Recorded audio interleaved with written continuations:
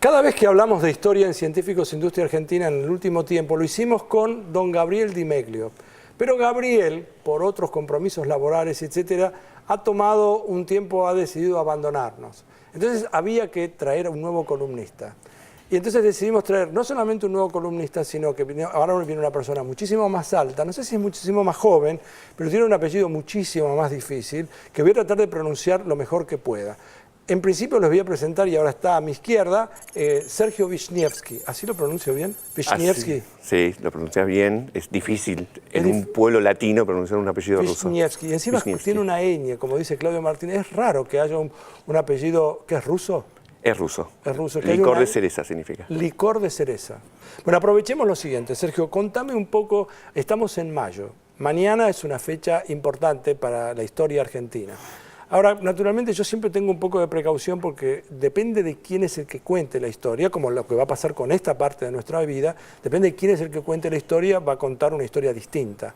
¿Qué pasó el 25 de mayo? Esencialmente, ¿es lo que nos hicieron creer y que yo estudié en el colegio todos los años o pasó algo diferente? Los hechos por ahí se discuten, pero no es tanto lo posiblemente discutible, porque en principio llega la noticia de que el rey Fernando VII está preso por Napoleón. Y ya estaba dando vueltas de hace mucho tiempo la idea de que la soberanía de un rey no viene de Dios, sino que viene del pueblo. Eso, que para muchos era una forma de justificar la monarquía. Decía, un rey está perfecto, pero tiene la soberanía de parte del pueblo. Para los reyes no era una buena noticia, porque significaba que en un evento como este, por ejemplo, en que el rey está preso, la soberanía vuelve al pueblo. Bien.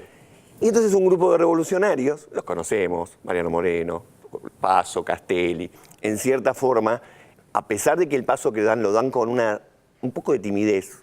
También es lógico quizás, ¿no? Era la política, era lo políticamente posible, pero yo creo que fueron incluso un poco más que lo políticamente posible, porque desde Buenos Aires, esa política de romper con España, porque más allá que dicen, juramos por Fernando VII mientras esté preso, al rey no le gustó nada, al virrey por supuesto no le gustó nada, y no estaba el resto de las provincias en la misma línea ideológica que Buenos Aires. Es como Buenos Aires en ese momento tomó una especie de vanguardismo y luego quiso ser rectora y directora de todo ese proceso, lo que generó problemas posteriores.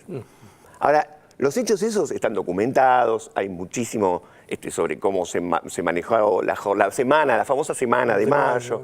Olvidemos las escarapelas de French y Beruti, que más que repartidores de escarapelas eran dos líderes revolucionarios que arengaban a las masas y tenían tropa con armas. Muy interesante, porque lo que nos contaron en la historia, en el colegio no me contaron eso. No, y los paraguas, ¿no? Es como, ¿pero por qué pasaba eso? ¿Por qué el cuentito se fue lavando así? Porque el 25 de mayo, para muchos, es el momento en que nace la República Argentina. Sí. Y en realidad no es así.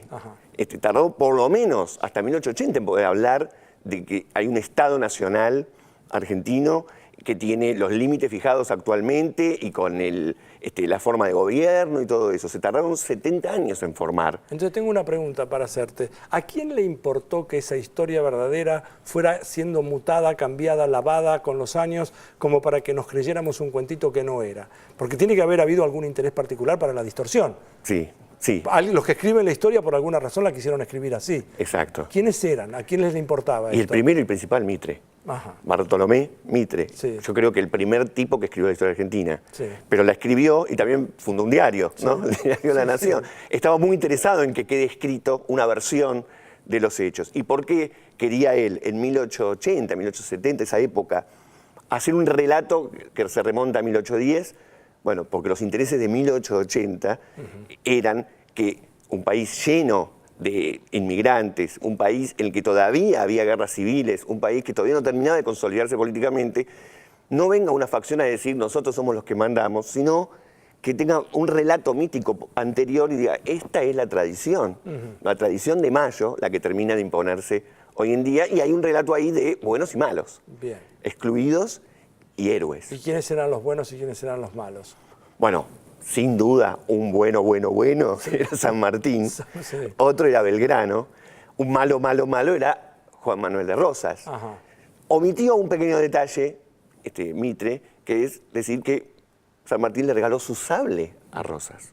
Y esto sin decir que Rosas era un genio, nada, simplemente algunos de los detalles de documentación válida que en ese relato que hace Mitre de la historia omitió porque, bueno, está armando o sea, una... es Mitre el que dice que Rosas fue uno de los malos. Claro, que impidió la organización nacional. Claro. ¿No? Y los caudillos federales impidieron la organización nacional, que recién se logra, tal vez, con Mitre.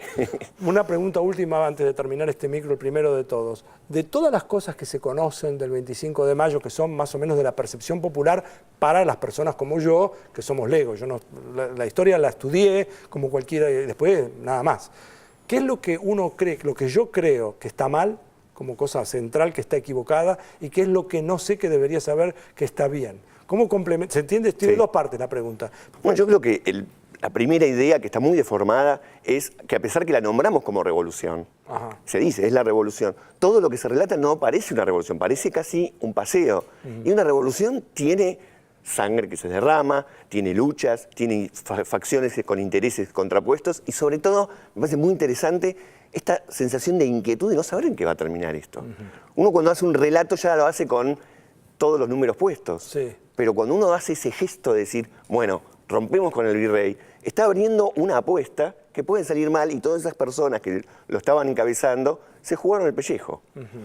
Y lo que, repetime. Y la segunda parte es qué es lo que no sabemos que debiéramos saber, que no sabemos de esa parte de la historia. ¿Hay algo que nos falte saber? ¿Hay una parte importante que ignoremos que deberíamos saber y que cambie la ecuación? A lo mejor no. No, que cambie la ecuación yo no creo, me quedo más con la idea de cómo se construyó el relato después y que el 25 de mayo, más allá de lo que pasó efectivamente, fue muy funcional a una Argentina que se terminó imponiendo 70 años después.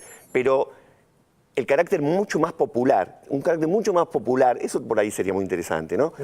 Nos centramos mucho en los hombres que en el Cabildo decidieron todo, pero esos no tenían ninguna fuerza ni nada si no hubiera habido un movimiento popular que lo estaba sosteniendo. Bueno, eso es una cosa que no se refleja necesariamente. Es decir, se dice, pero en una forma muy pasiva. Claro. En cambio, debe haber tenido realmente una acción, una actuación, el pueblo, entre comillas, en aquel momento para sostenerlo. Amenazante. Bueno, amenazante.